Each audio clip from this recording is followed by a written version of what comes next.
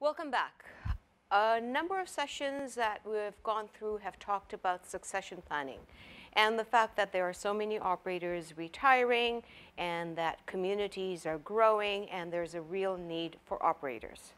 So we're really happy to have here two individuals from Metro Vancouver to talk about succession planning, the long game. The first speaker is Carolyn Shears, and she's an organizational development advisor with Metro Vancouver Regional District's Human Resources Department.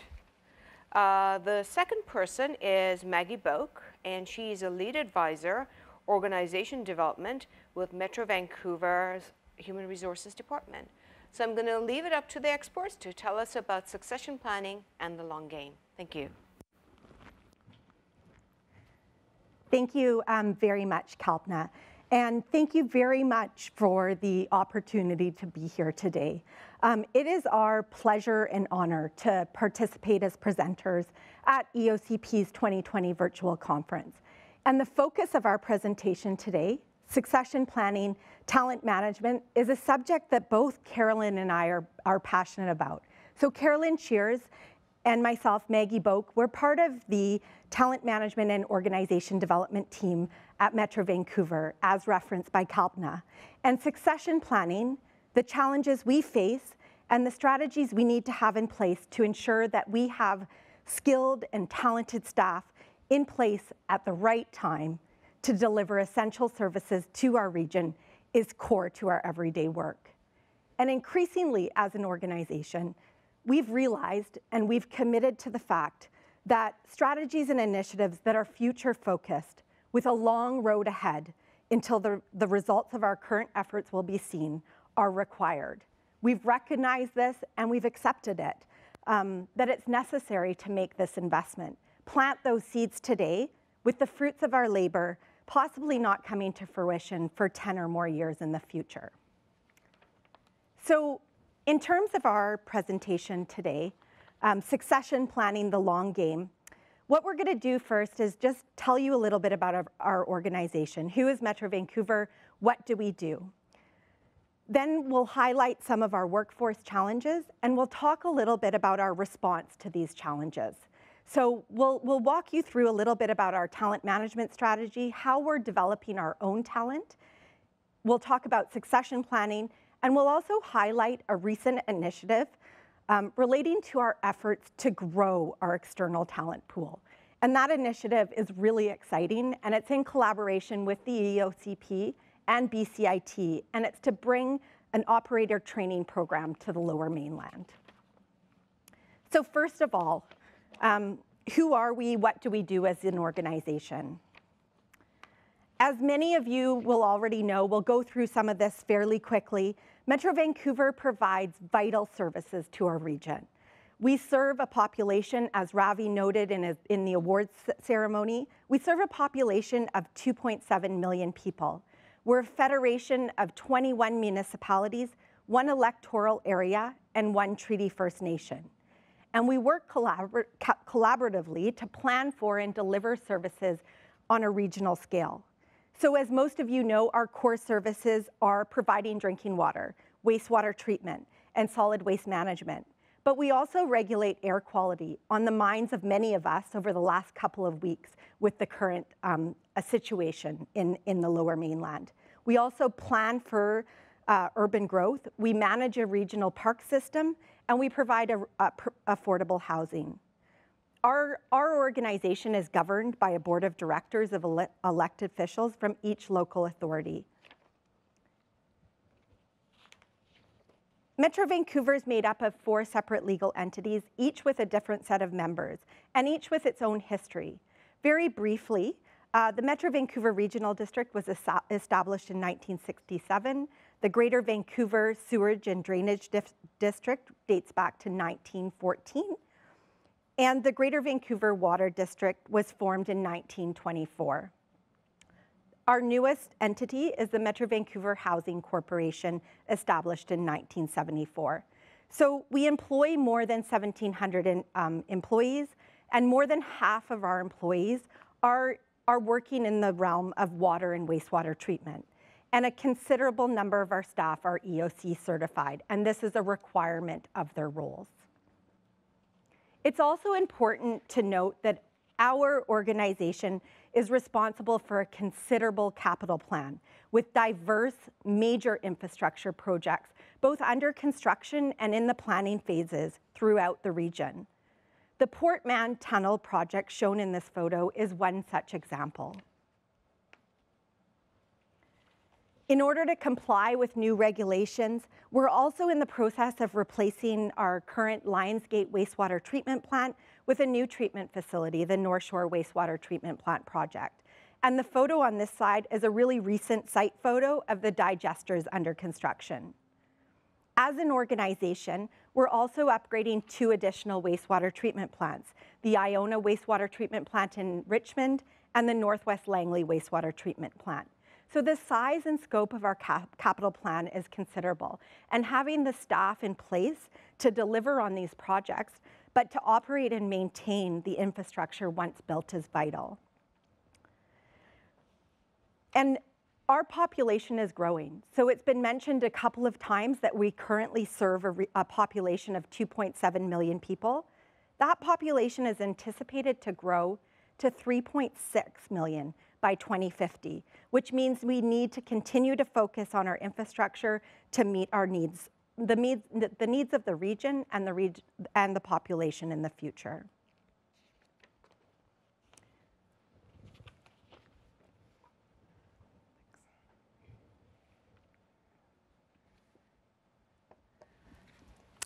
Thank you. Moving to our challenges, excuse me, as mentioned, as an organization, we are responsible for providing some critical, complex work in order to provide essential services to the region. Many of the roles that we rely on to deliver these services are highly technical and require certifications and credentials that are becoming increasingly more and more in demand. Our employee population is aging, and we do have increased number of retirees. And over the last few years, we have experienced some challenges in terms of the labor market for a number of reasons. One of those challenges being attracting candidates to the Lower Mainland, to our region, due to the high cost of living. Also, more recently, we have really begun to understand how important the role of having a diverse employee population really plays into enabling us to better serve our region.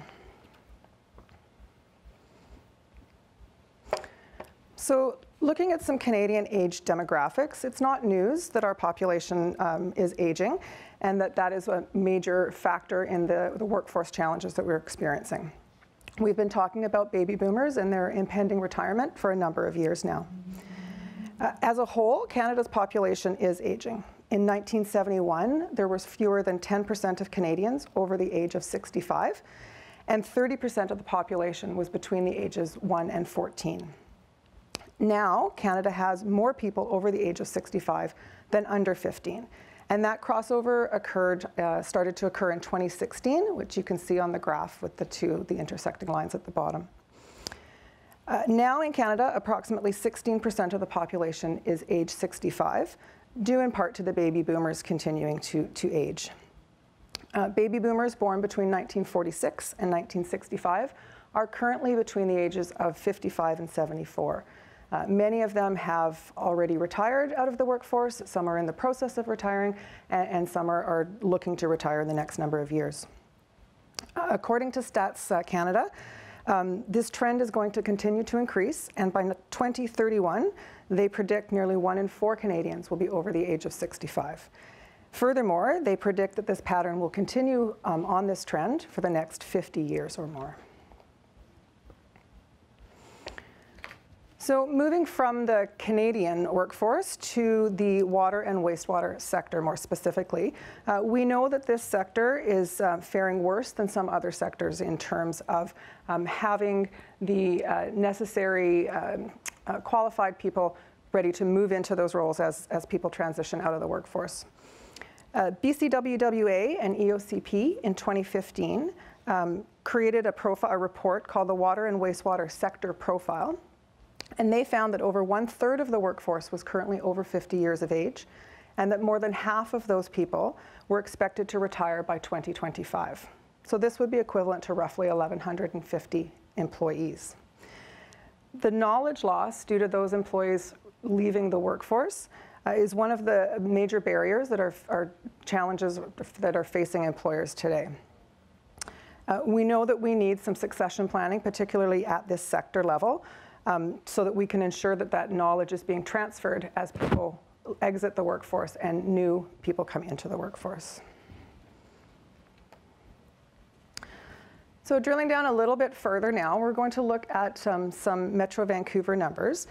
Organization-wide, we currently are at about 1 in 4 employees meeting retirement eligibility requirements. And that's what we base our retirement projections on. There's a couple of triggers that we look at. One is employees reaching age 62, because we know that that has been our average retirement age over the last number of years. Or also reaching what's called factor 90, which is age and years of service added together equaling 90, as that's the earliest unreduced pension kind of trigger. The projections, those retirement projections for our Water Services Department and our Liquid Waste Services Department, 2 of our core service delivery departments, really urges us to take action in terms of succession planning due to the number of employees that are eligible to retire. As you can see from this slide, between 2017 and 2021, there has been a trend upwards with 28.9, so almost 30% or 29% of employees in liquid waste services either retiring or being eligible to retire by 2021. And within that liquid waste services group, there are also additional groups that are at risk, such as our operations and maintenance groups, where a number of our EOCP certified employees work. Looking at the same information for our Water Services Department, we can see a similar story in that the line is trending up, and that by 2021, about 26% of employees in the Water Services Department will have either retired or met their eligibility for retirement. Again, in our operations and maintenance group within the water services, we look at that as being also higher in risk. Then that's where a number of our EOCP certified employees also work. So the potential number of employees and the knowledge that they have leaving the workforce in a short period of years is quite challenging and quite a high risk for our organization given the work that we do. In addition to the aging workforce, another challenge that we have seen over the last number of years are challenges around talent acquisition or recruitment. Our vacancies have been trending upwards, and our number of qualified applicants have been trending downwards. This is particularly with the trades and the technical positions. The time it takes to fill our vacancies has also increased, and the number of times that we need to post positions in order to find those qualified applicants is increasing as well. There is some kind of preliminary evidence to suggest that the COVID-19 is having a slight impact on that due to the results of the impact that COVID-19 has had and the increased unemployment. But in general, that's what we've seen in recruitment and talent acquisition for the last number of years. And lastly, I mentioned diversity. So despite Metro Vancouver's commitment to fostering a diverse workforce, in some occupational groups, we know that there's more work to be done to expand the diversity of our workforce. Expanding the diversity of our workforce, we know, will help to expand our talent pool, and that will help us to deliver the services we need to deliver and make us stronger as an organization. At Metro Vancouver, we recognize that diversity and inclusion is an important part of the work that we do every day, and it's not simply a checkbox that we create a policy and that piece is done. It's something that we need to embed in the work that we do every day. And recently we've started to formalize our approach in terms of creating a diversity and inclusion action plan, strategy and action plan that's going to help us to embed that into everything we do. But we have recently and over the past number of years been involved in a number of diversity and inclusion strategies, such as supporting employee-led groups and initiatives. We have a group called OSTEM, which is Advocates for Women in Science, Technology, Trades, in Engineering and Math. We also have an Emerging Professionals peer networking group that we support as well. We've created a multi-faith room for employees to access at our head office building. We provide training to staff in mental health awareness, unconscious bias, Indigenous relations, as well as respectful workplace. We have opportunities for co-op placements for operators, and we also have a formalized engineering training program and a formalized trades apprentice program as well. So one of the areas that we have been doing well in terms of diversity is increasing the number of female engineers at Metro Vancouver. While we know that we are due to update this stat, or these statistics, from 2012 to 2016, we had over 3% increase in female engineers at Metro Vancouver. And the Engineering and Geoscientists of BC, the association, they have a goal of 30-30, so 30% of their engineers being female by 2030. And at Metro Vancouver, we're well on our way to also achieving that goal. Currently, 50% of our engineering training participants are females. But as an organization, we know that there are areas that we need to improve in this area, particularly around the trades, technical operators, systems workers. As a sector, we know that 80% of operators are male and 13% are female. And so in order for us to increase the number of female operators that we employ, there needs to be an increase in number of operators, female operators going into the trade, being aware of it and going into the trade.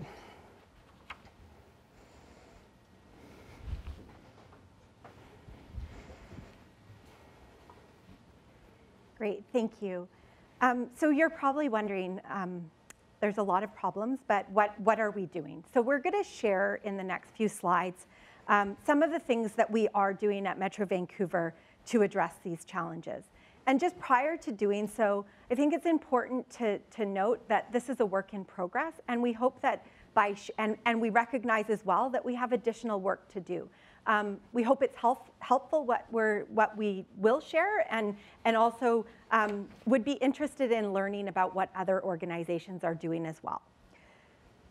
It is clear from looking at our data, both within our organization, as well as at indicators from the external market, that we need to think really carefully about a few things. Firstly, we need to think about our whole talent management strategy. So that's from attracting the right candidates, onboarding, developing, nurturing, managing, retaining, and engaging those employees, and ensuring that we have the right employees in the roles that we're filling. So that means qualified, talented staff. And succession planning is a key part of that. We also need to think strategically about ways to grow our external pool of potential candidates. And this is front and center, given our number of retirements, as well as regular staff turnover. There's a number of roles in our organization, ticketed roles, that are not only required for our efficient operations and the maintenance of our facilities, but they're required by our operating certificate. So we can't just make do with lesser qualified staff or with fewer staff. We need to have those qualified staff members in place when that vacancy arises. So we've been thinking carefully about this.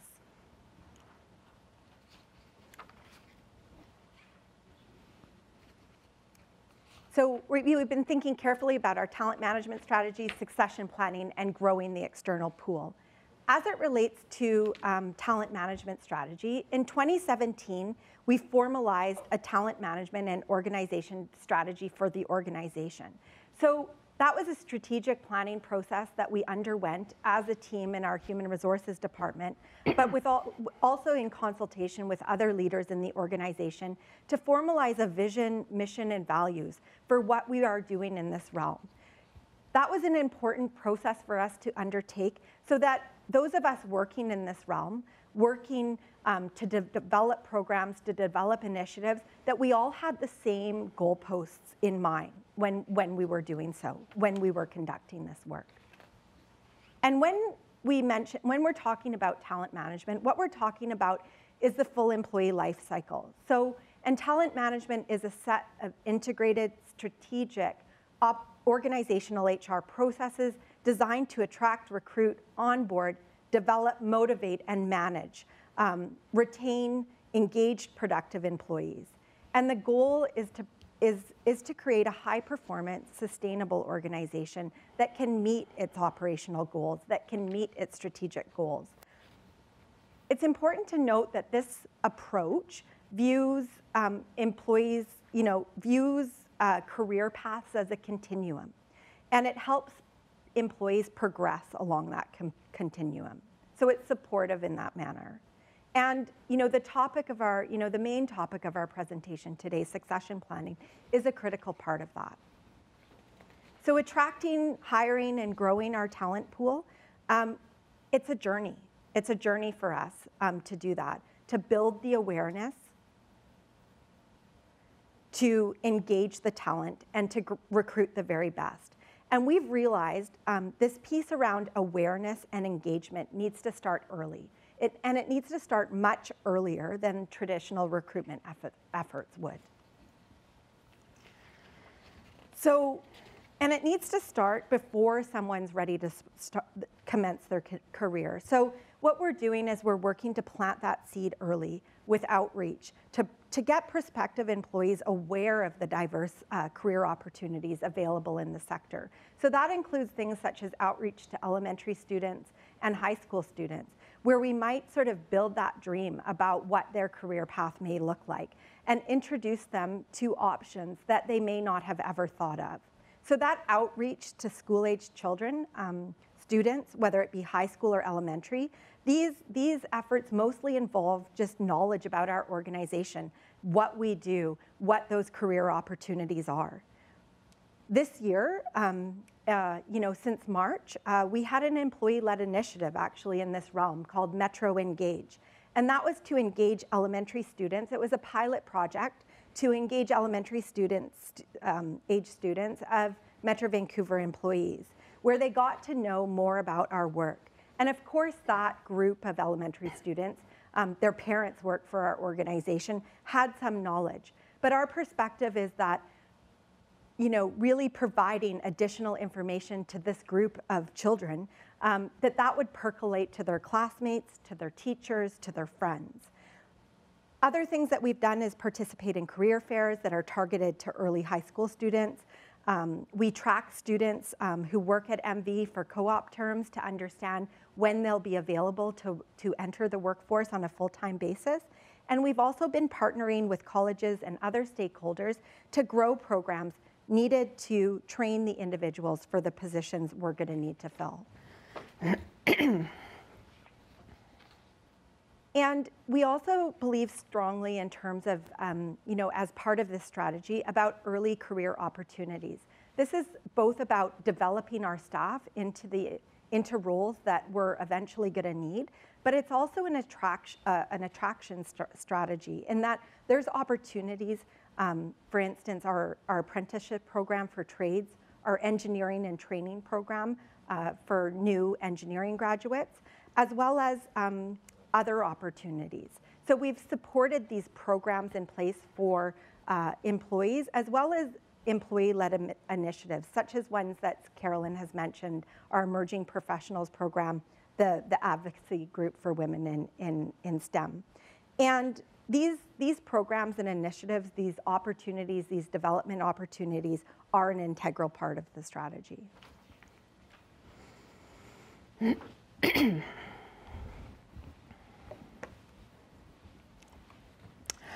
Okay, so as Maggie mentioned, succession planning is an important and key part of the talent management strategy. CEO of a company called Leaders at All Levels. Her name is Marcia Zittel. She's also an executive coach in Dallas, Texas.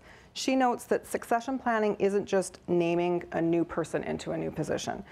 In fact, it's not about putting a name to a title at all. That's really replacement planning. Unless there's been a long-term plan of who's going to be moving into that role and how you're going to develop that person into that role, that's not succession planning. That's really just replacement planning.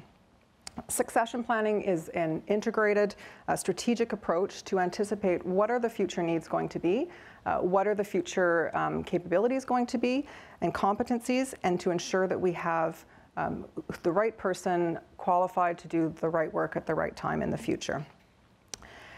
It's also about identifying what are our critical roles or our mission critical or our areas of risk in terms of positions that we need to ensure that at the very least there is a succession plan for those positions. And this is from frontline staff all the way up to the executives as well.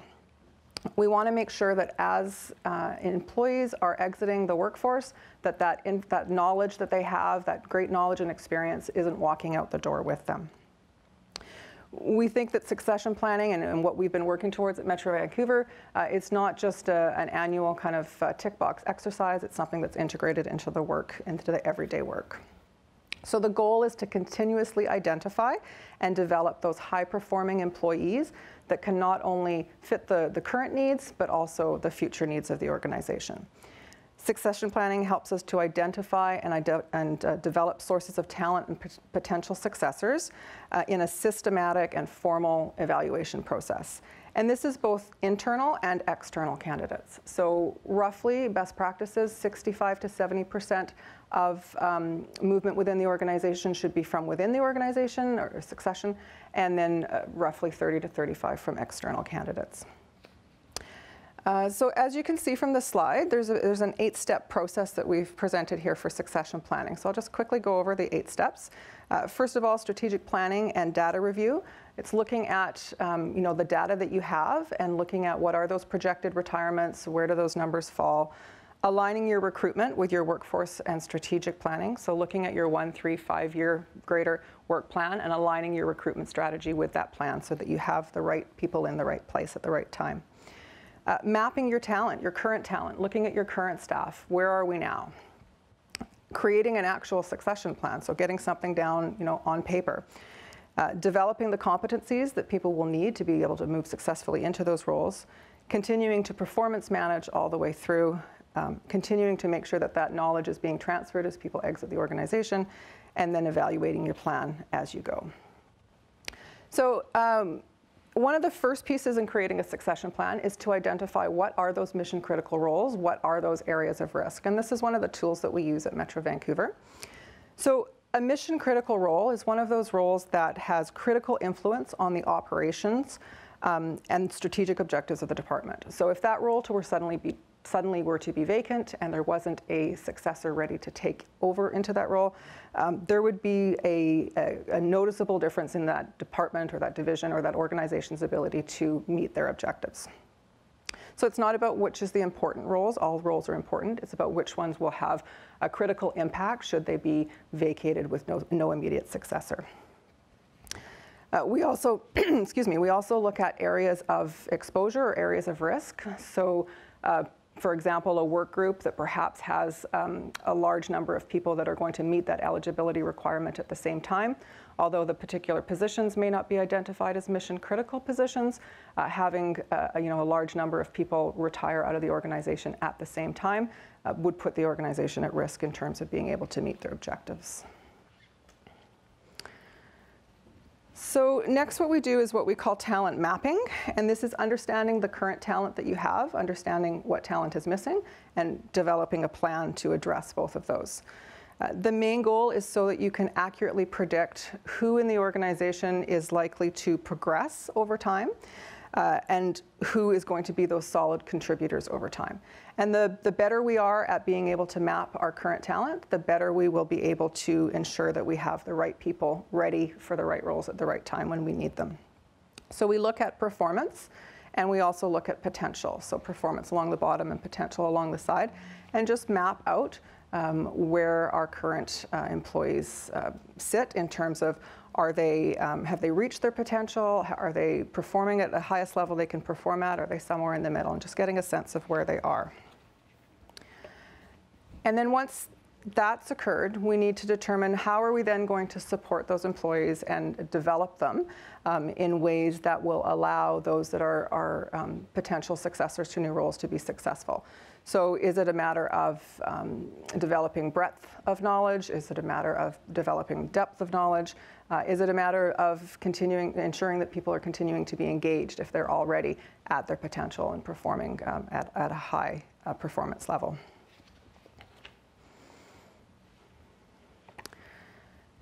And this is the tool, one of the tools that we use at Metro Vancouver in terms of actually getting a plan down on paper, electronically or on paper. And it's essentially an organization chart of potential successors. So at the top there, a manager would have their role and who, towards the side where it says name and readiness, who they feel are potential successors in that role, and again, that's internal and external to the organization, and how long they feel that those potential successors may take to be ready. So for any particular role, there may be a list of 1 to 3 to 5 people that could be ready any time from now to 5 years. And so by going through this exercise with the various different departments and divisions, we essentially get an organization chart for the organization in terms of potential successors. And then we need to determine, if they're not ready now, what is it that they're missing in terms of capabilities or competencies? What is it that we need to help them develop? And so this is another tool that we use to identify what are those gaps in competencies, what are we going to do to help them develop, and what kind of time frame are we looking at? So after going through that process, we ideally have a plan for everyone, a plan for every position. And as Maggie says, our succession planning as well has been a journey. It's been, we've been learning as we've been doing, and we've been taking great strides in doing succession planning, but we have been focusing more on the management leadership side, and we've been trying to really stress that succession isn't always about moving up into managerial or leadership roles, that there are individual contributors that can become really experts in their field, and that can be just as successful in both of those streams. They're both equally important. And so we know we have some more work to do in terms of succession planning with those individual contributors, because those are the people that keep our systems running, that keep our region served. So operators, our EOCP certified employees, trades, technical. And so just on that, just wanted to show you a little bit of the statistics at Metro Vancouver in terms of EOCP. We have, this was as of earlier this year, we have 95 EOCP certified employees in our liquid waste services department and 62 in our water services department. And they are split between field and the various plants. And we know that we need to have this future-focused strategy to ensure that we have a talent pool for operators and certified employees, so that we can have those people available as our retirees are exiting the workforce. Not having those people available, as Maggie said, is not an option or a reality that we can live with due to our regulatory requirements and the critical services that we deliver to the region. So to address this, Metro Vancouver has been actively exploring how can we work collaboratively with other organizations to meet the challenges that we're all facing. Where does it make sense to combine our resources and work together? Because of the number of positions that we do have in terms of operators and EOCP certifications, the growing number of employees that are exiting the workforce, and the limited pool of external candidates, we've been working with organizations to bring an operator training program to the Lower Mainland to help not only grow our pool, but also to increase awareness of these streams that are out there for people to go into in terms of schooling and careers. So in December of 2019, Metro Vancouver, EOCP, and BCIT reached a decision to move forward with an associate certificate in the fundamentals of water and wastewater operations, with some laddering options for different credentials. Together, these three organizations formed a stakeholder steering committee and agreed to facilitate a sector advisory group with representation from our municipal partners. Metro Vancouver staff are going to be contributing in terms of being subject matter experts and helping to contribute with the curriculum, as well as participating in the steering committee and the advisory group. And we know that the need that this is going to meet is that shortage of qualified operators for the Lower Mainland as well as for Vancouver Island. The BC Water and Wastewater sector workforce profile that I mentioned earlier from 2015 identified 3,320 new employees that would be required over 10 years, so to 2025, due to retirements, attrition, and also the sector growth. And so we know that operators are going to make up the majority of those positions. So it's important to have an educational curriculum that's going to provide that foundational knowledge to ensure that people maintain their technical skills to meet certification requirements and satisfy the evolving industry needs. So as Maggie mentioned, we know that it's a long game and it's a long road ahead. We're not going to see people graduating from this program, this year, but it's an important, it's a big gap and an important gap that we need to fill, and we're really excited to be part of this initiative to do that. And so just looking into the future, there's a few things that we know we need to continue to do in the future in order to be successful. We need to have ongoing collaboration with industry partners to collectively address these common issues that we're all facing.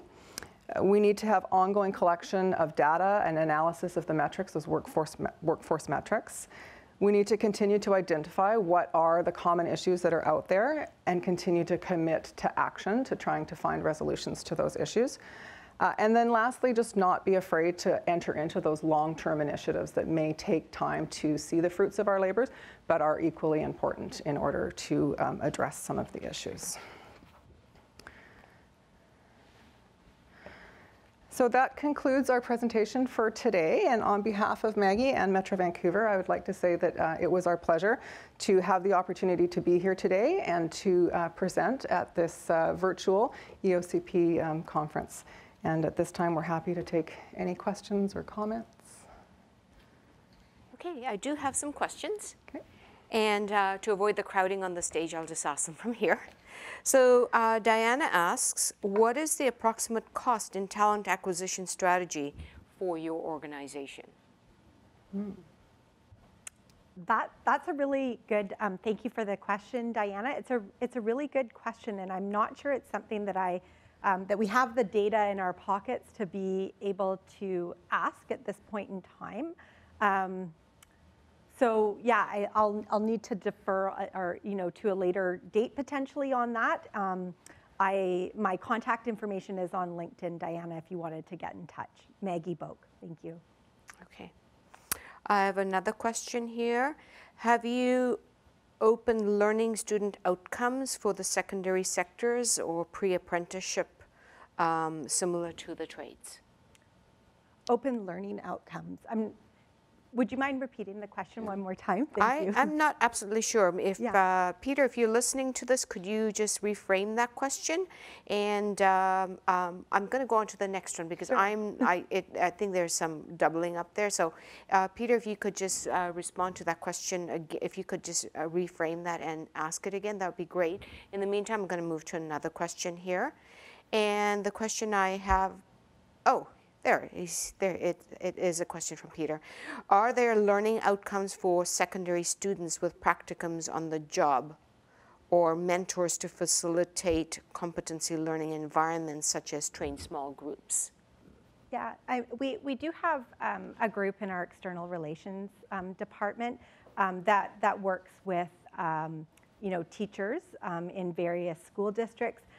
Whereby they deliver and develop curriculum. So that group is not within our human resources department, but it definitely serves our objectives as an organization to be furthering awareness about what we do and how we do it and what those opportunities are. So there are school-age programs and curriculum that are developed and co-developed between teachers and our external relations department. Okay, and then I just have one final question right now, and that is you've mentioned several different initiatives to promote the program and also to attract students. You've mentioned different initiatives. Are there any specific ones that seem to be more effective than others? Yeah, I think that's really a good question, and sort of evaluating the outcomes of our efforts in the human resources department. Those metrics are really important, and I think what we've concluded is that we need a variety of strategies and initiatives and programs in place at any one time to be tackling this challenge, just given the scope and scale of what we are facing as an organization with our retirement projections and the indicators from the population, from the external market, that we do need to have a lot of things in place at once. we've had tremendous success with some of our development programs. So our, for instance, our Engineers in Training program that was launched about 10 years ago, and that program has really grown. And so I think we can take learnings from programs such as that, where we make a fairly considerable investment as an organization to develop staff, to invest in their further learning while they're working for us. And I think we can take learnings from that to other areas. I can see sort of learnings from that transitioning to the initiative to bring the local operators program to the Lower Mainland, for instance, and for practical opportunities. So I think there definitely are learnings, but some of the development programs, whether it be in the trades and technical or EIT programs, we've seen some great success, and so we'll be looking to consider how we can translate that to other areas. Thank you. I have a question here from Doug, which says, you mentioned some industry partners that are collaborating. Will communities across BC have input? Yeah. Operator program? And I'm wondering if that question is in relation to the operator program, and if so, at this time, I mean, there is collaboration and sharing of information, specifically relating to other communities throughout the province. At this point, I think there's a lot of things that we're still working through, so I'm not entirely sure if that will be the case or not. But I think it would be a program publicly available, for instance, through a local institution, and yeah, and we'd be working with partners such as EOCP that have operators throughout the province. So and would be getting input that way.